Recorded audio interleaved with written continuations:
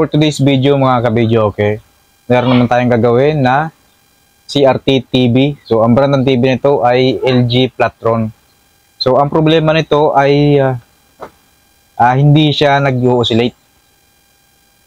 Pero bago maging ganon ay merong horizontal line sa display niya. So posibleng may sira ang vertical IC nito. Totoo yan. So bali ito na pala yung board ng ating ginagawa. So hindi muna tayo magsusukat ng voltahe. So magbi-visual check muna tayo. What? So visual checking muna dito sa parte ng vertical section. So ayan, napansin ko pagbukas ko medyo hindi maganda yung pagkasulda. Stop it. Get some help. So dito sa vertical IC kasi medyo natikal na itong itong mga board. Tingnan natin baka meron lang ditong open line. Ayan. So yun, meron yang ito sa pin number 1 putol ang linya niya. So na-disconnect siya. At meron pa akong nakita dito. So lagyan natin ng flash para mas maliwanag. Tapos itong pin number 3. Ayan. Putol din.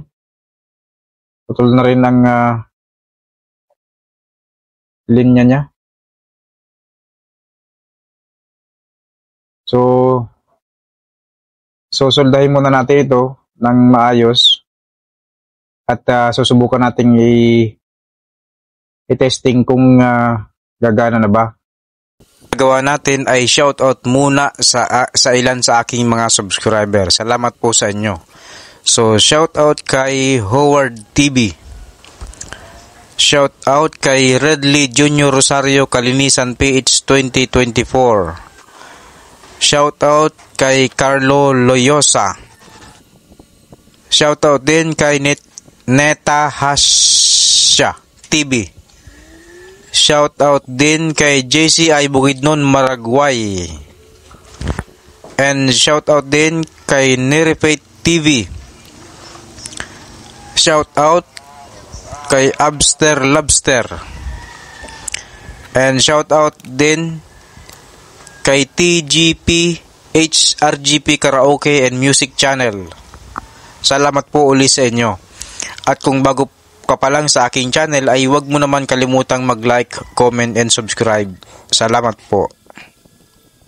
So ito na pala mga ka-video, okay, natapos ko na siyang isolda.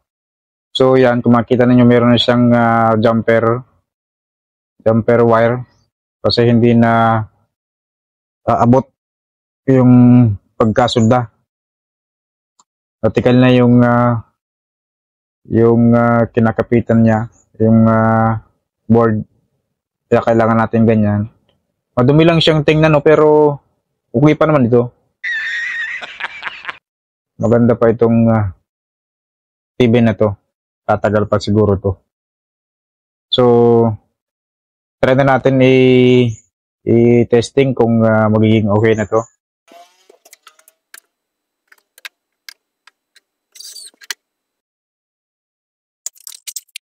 So i-testing na natin yung ating ginawang TV. Okay, i-plug in ko na.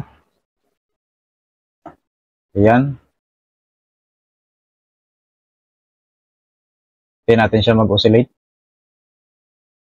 Parang ang tagal.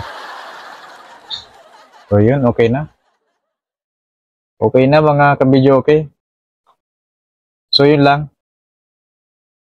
Salamat po sa inyong panonood.